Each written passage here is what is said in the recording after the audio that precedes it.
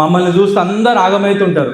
అరే ఈ blue shirt బట్టగుండోని అయితే లాస్ట్కి రానియాలి, వీడొచ్చి ముందు మాట్లాడినంత అందరిని ఆగమాగం చేసి పడేస్తాడు, జర్ర ఇంతో జాగ్రత్తగా ఉండాలని మెల్లగా అందరూ పక్కకు నూకేస్తారు. కానీ మా సూర్యాబాయ్ అట్లా కాదు, పెద్ద మనసుతోని మీరు ముందు మాట్లాడాలని మాకు అవకాశం ఇచ్చిండు. చాలా చాలా థ్యాంక్స్ అన్న. గదర్ ఒక కవి, గదర్ ఒక ఉద్యమకారుడు, గదర్ ఒక విద్యావేత్త. తెలంగాణ మూమెంట్ మనందరికీ గుర్తుంది.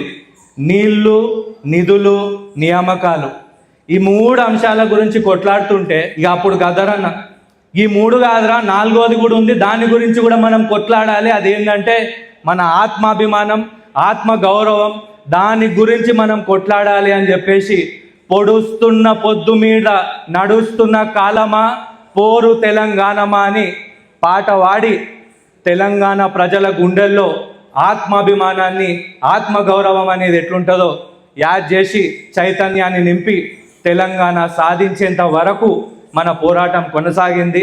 ఆ పాట మూలాన మనకు తెలంగాణ రాష్ట్రం కూడా ఏర్పడ్డది.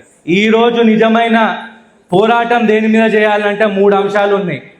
1 విద్య, 2 వైద్యం, 3 ఉపాధి. ఇప్పుడు ఆ 4వ అంశం ఆత్మాభిమానం, ఆత్మగౌరవం ఏదైతే విద్యార్థుల మనస్సులో ఉండాలనో వాటి గురించి చెప్పనీకే ఈరోజు మన గద్దరన్న మన మధ్యలో లేడు.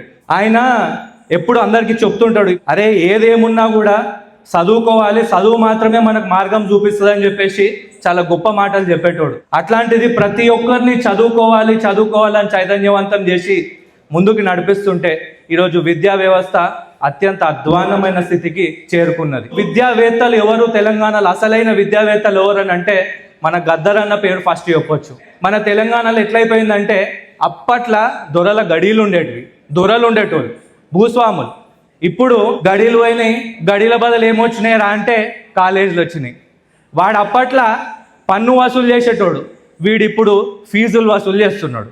వాడు పన్ను 10 రూపాయలు అయితే దానికి 4 గింతలు అట్లా ఇట్లా మభ్యపెట్టి మన దగ్గరికి నుంచి గుంజుకునేటోడు. ఇప్పుడు వీడేం చేస్తున్నాడు, అదో ఫైన్ ఇదో ఫైన్ అడ్డమైన ఫైన్ అని చెప్పేసి వసూలు చేస్తున్నాడు.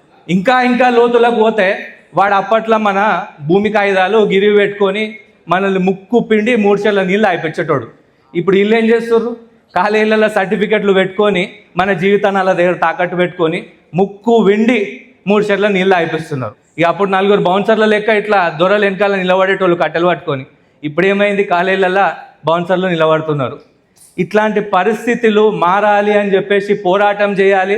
మీరంతా యువజనులై ముందుకు కదలాలి అని చెప్పి యువజనులలాగా ముందుకు పోరాటం చేస్తుంటే అన్న ఈరోజు మన మధ్యలో లేడు.